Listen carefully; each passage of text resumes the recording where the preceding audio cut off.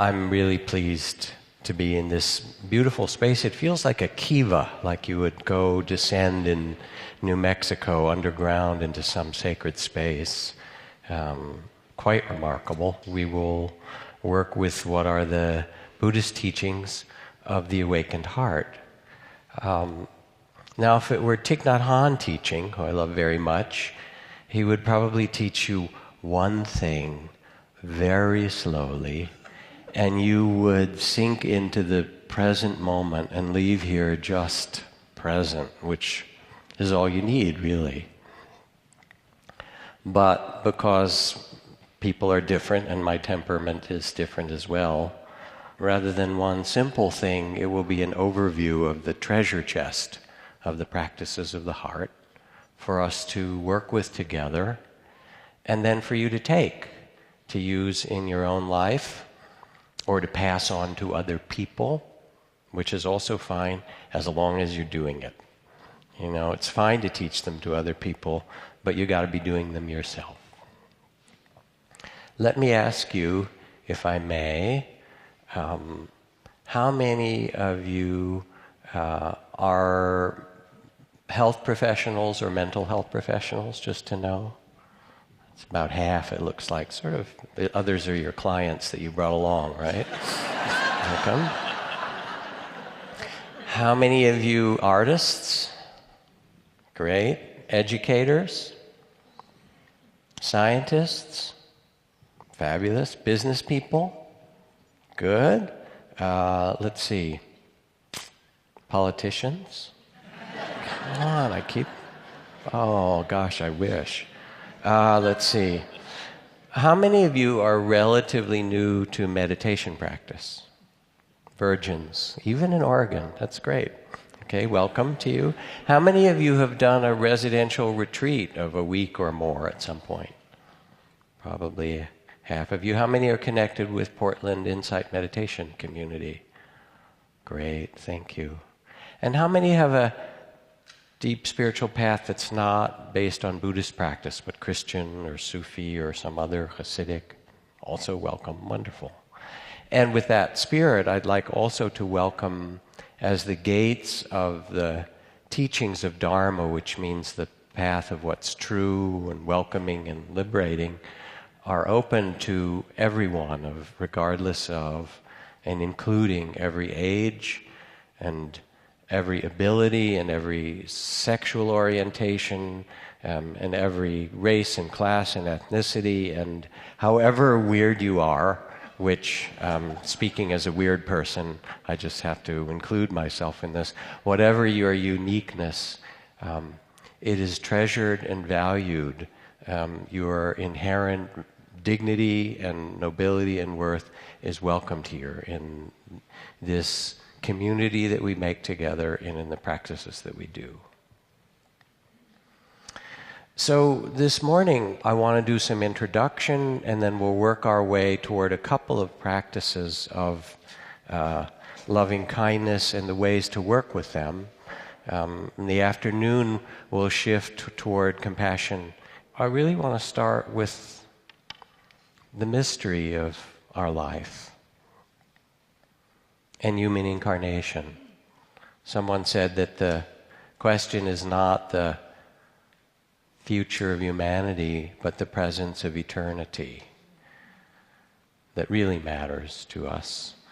And here we are born into this world of unbearable beauty and some terrible tragedies as well that we all know, continuing in many ways. And they're wedded together in this human life.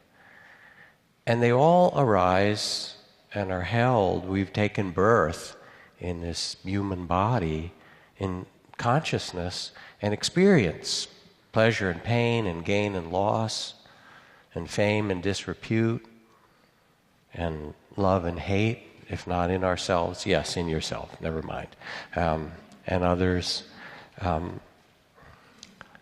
But how did you get here? How did you get born into this human life? I mean, here you find yourself in this human body, with wiggly things at the end and the remnants of claws, right, and a little vestigial tail, if you want to look, right, and a hole at one end into which you stuff dead plants and animals regularly and grind them up and push them down the tube till they come out the other side, right? And you ambulate by falling one direction and catching yourself, and then you fall the other direction and catch yourself. It's bizarre. It is. Have you taken a look? And you get little patches of fur, right? Except sometimes you lose the fur. And if you don't think that's weird, pay attention the next time you're making love, which is a wonderful thing to do. It's fantastic, but it's really strange. I mean, this is how we make people, you know? Come on. How did you get in there? And who are you really? What was born, the spirit that came into this human life? All right, a different way to approach it. When you look into the mirror, you notice you've aged, right? Face it, yeah.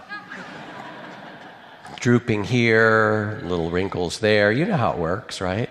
But the weird thing is that you don't necessarily feel older. And do you know why that is?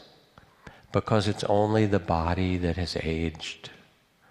As you look in the mirror and take a look at the physical body of your incarnation, there's some part of you that's going, losing its fur, drooping over there, wrinkling there, and so forth. And you know, in this very deep and intuitive way, as the witnessing, that you are not just your body. You understand this? Does it make sense? There is in us a spirit, a consciousness that is connected to this bodily incarnation, but it's not who you really are.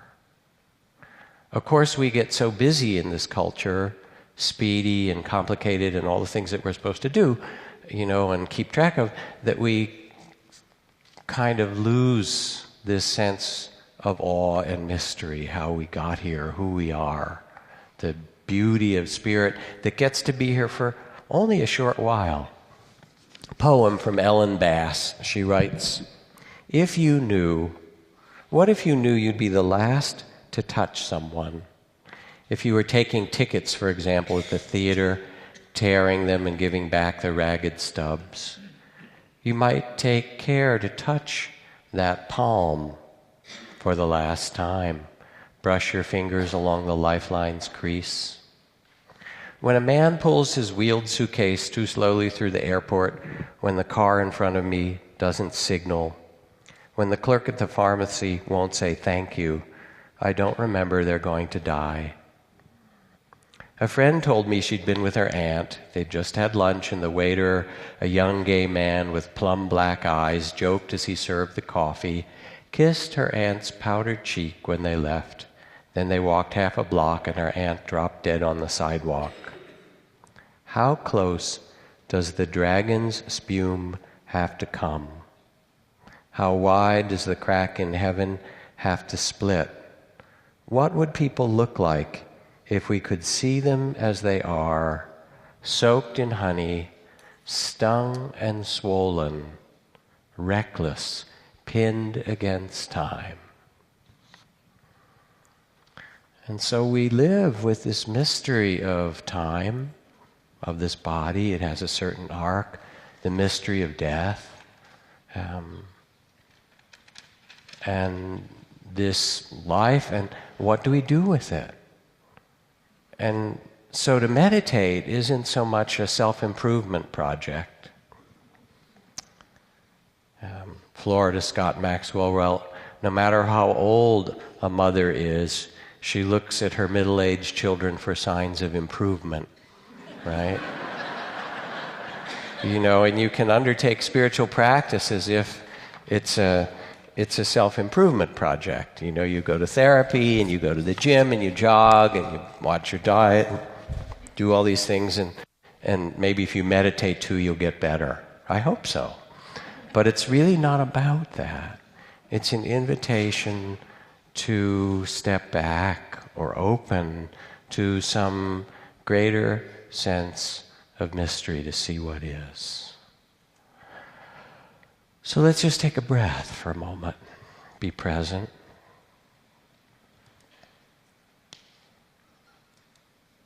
Maybe we'll do a little one-syllable chant as we start by sitting.